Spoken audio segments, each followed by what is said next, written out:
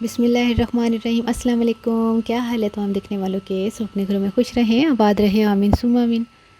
आज हम समोसे रोल महफूज करने का तरीका बता रहे हैं। अब रमज़ान का महीना आने वाला है, आप बना के रमज़ान से पहले इसको फ्रीज़र में रख दें और आपने अफ्तारी से थोड़ी देर पहले निकाला और फ्राई कर लें। टाइम की भी बचत होगी और महफूज़ करने का तरीका भी बहुत एक मुख्तलिफ है, क्योंकि कई लोग इसको महफूज़ करने के लिए जैसे ही तैयार करते हैं तो बॉक्स में एयर टाइट बॉक्स में रख देते हैं, जो कि तरीका थोड़ा गलत है। थोड़ा क्या, बहुत ही गलत है।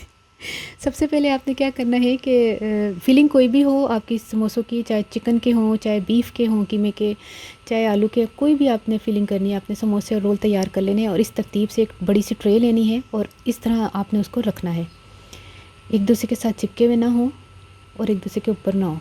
ये हमने अभी फ्रीज़ नहीं करने जा रहे, अभी हम इसको 2 से 3 घंटे के लिए फ्रीज़र में रखने जा रहे हैं। फ्रीज़ करने का अभी मैं आपको थोड़ी देर के बाद बताऊंगी। एक क्लिंग रैप जो है ना वो आपने ले लेनी है। अगर आपके पास ये नहीं है तो उसका भी मैं तरीका बता देती हूँ।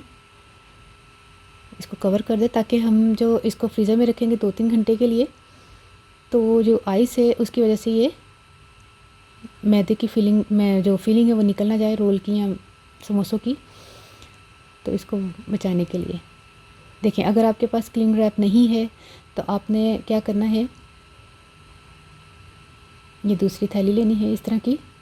1-1.5 लीटर दूध इसमें आ जाता है। इसको काट के और इसको कवर करके रख दें। अगर चाहें तो इसके ऊपर फिर समोसे रख लें, फिर उसको कवर कर दें। अगर ज़्यादा है तो इसी ट्रे के ऊपर, अगर जैसे मेरे पास तो इस वक्त 1-1 दर्जन थे समोसे और रोल। अब मैं मिलती हूँ 2 से 3 घंटे के बाद। ये देखें 3 घंटे के बाद मैंने देखा कि ये जो है ना हार्ड हो गए, ठीक है। अब ये जम चुके हैं। अब चाहे इसको इस तरतीब से रख लें कि एक दूसरे के साथ चिपके में हो या एक दूसरे के ऊपर भी हों, तो ये ख़राब नहीं होंगे।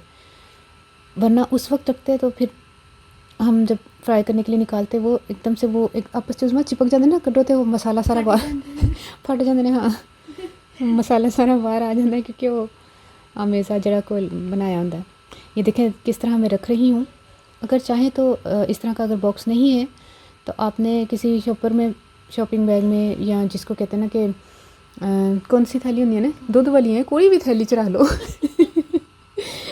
उसमें भी आस पाइए। तो अगर बॉक्स नहीं है तो उसमें रख लें, क्योंकि अब कोई फ़िक्र की बात नहीं है। अब ये हार्ड हो गया ना, इसलिए अभी मैं फ्राई करके भी आपको बताऊंगी। इसको ढक के ये देखें। अब चाहे महीना रखें, 2 महीना रखें, आपके टाइम की बचत होगी। जैसे आपने निकालने हैं फ्राई कर लीजिएगा। ये देखिए खोला, जैसे ही निकाले और इसको फ्राई करना शुरू कर दिया। अब मैं आपको फ्राई करने का तरीका भी बता देती हूँ, इसको फ्राई कैसे करना है। ये देखिए कितने ज़बरदस्त हो रहे हैं। फिर ढक दिया मैंने।